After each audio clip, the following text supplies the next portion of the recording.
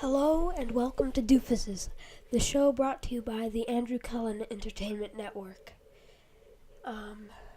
So, before I even delve into any of this, I just have to tell you I'm sick and I've got these metal rods in my mouth because to correct my bite, so I sound like I sound like I've got marbles in my mouth. So that's a problem if I'm making a show about me talking.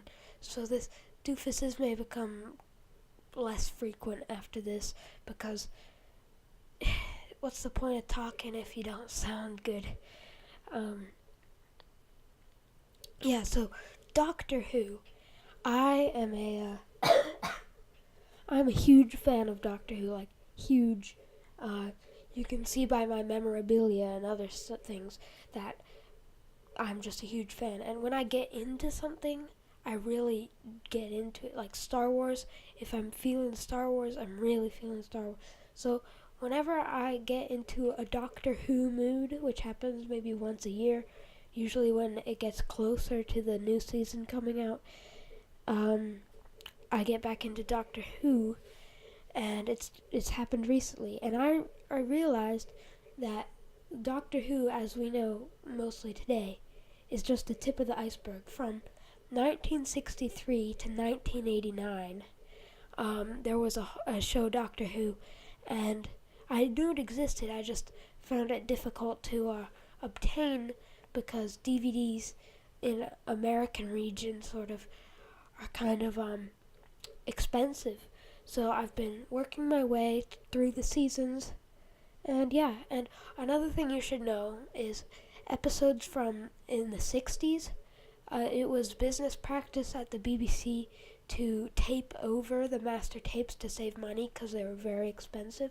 So many of the old episodes are lost permanently, but all of them have audio, and some of them have been recreated by telesnaps, which is photos taken of a TV screen broadcasting the show to a sort of archive, or they've been animated by a studio, which is pretty good.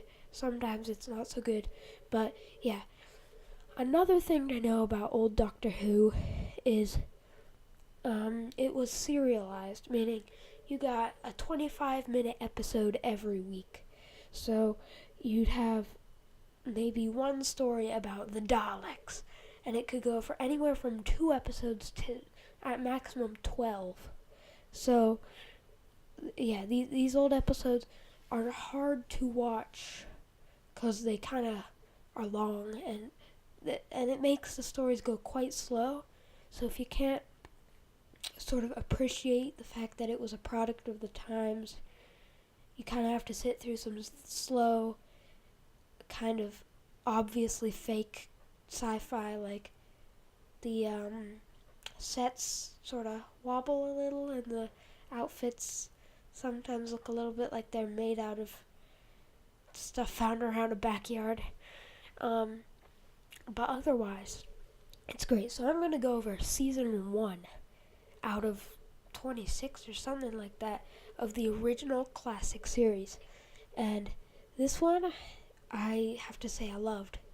You start off with this.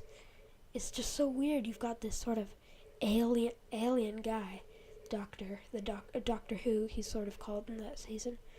He's kind of grumpy, but when he's nice, you're like, oh yes, he's nice, because when he's grumpy so much. So when he finally acts nice, it seems so much more genuine. I really like him, and seeing a lot of behind the scenes stories from all my history books about the history of Doctor Who. The actor was such a nice guy and really loved it, so I think it's really cool. So let's get into the first episode. The story is called An Unearthly Child. It's 4 episodes, and it's kind of got some problems. The first episode, I'd say, is flawless. You've got it basically goes, there's 2 school teachers. They notice one of their students is a bit either too smart or too dumb. It sort of is different, and then they decide to investigate. So they follow her home. It's not as creepy as it sounds. And they find she goes to a scrapyard. And then they find this old man with a police box in the scrapyard. And they're like, why is this here? And then they find out he's a time traveler, and it's this amazing episode, and they go through space. And basically the doctor kidnaps these two teachers and his granddaughter, who's the girl they followed. And that first episode's great, but then the other three of that story, they go back to see cavemen, and it falls apart. It's just not very entertaining. It may just be because I prefer the more sci-fi episodes than the historical episodes, but I just think it's a bit crap. Like the characters are like, Za will make fire. Za. Ah. And it's just not very interesting. Because I like a lot of the other historical episodes, just not this one. But I do have to say it was the show finding its feet. It's a good episode. Now the second episode is The Daleks. And you've got the Daleks. And it sort of is awesome. It's just awesome. They find this city. There's so much radiation. Everything's been petrified. Everything's dead. And then they go in the city, and there's nothing there. But then something appears, and they're evil. They're super evil, and they're the Daleks. And I've heard so many stories about people being terrified of these. And I have to admit, when I was a lot younger, that was true as well. Like, at the time, it was something never seen on TV before, and that's just amazing. And the whole episode's good. Some of the special effects actually really hold up. And, yeah, so it's just awesome. Now, the third episode... that one was 7 episodes. Now, the third episode is called The Edge of Destruction. It's 2 parts, and it's pretty good. It's basically, they're in the TARDIS, which is their spaceship, in case you don't know, and something happens, and it's like they're stuck in this one moment of time, and weird stuff happened to them, and they just kind of go crazy until they figure it out. And the ending, spoilers, is a button got stuck on the spaceship controls. But otherwise, the episode's really cool, and even though some people would say that's a really stupid ending, I always think it's cool, because sometimes I like it when stories have problems that are just stupid little things that happen to anyone, like a button getting stuck. Yeah. So now our 4th episode is Marco Polo, and I think this one was 7 parts, or 6, but it doesn't really matter because there is no film of this episode existing that we know of. So, you won't be able to watch it. It's, apparently everyone says it's great. Disney actually offered to make a movie out of it when it came out. I read the synopsis and the story and the plot on the wiki page. It seems good, but it's just, I can't appreciate it because I have no idea what on earth went on there. They meet Marco Polo, I guess, and I'm pretty sure the doctor befriends Kublai Khan. So, yeah. Now, the 5th episode is The Keys of Marinus. Now, this episode is 6 parts, and I really, really, really liked this one. As much as people say it's on no one's favorites list ever.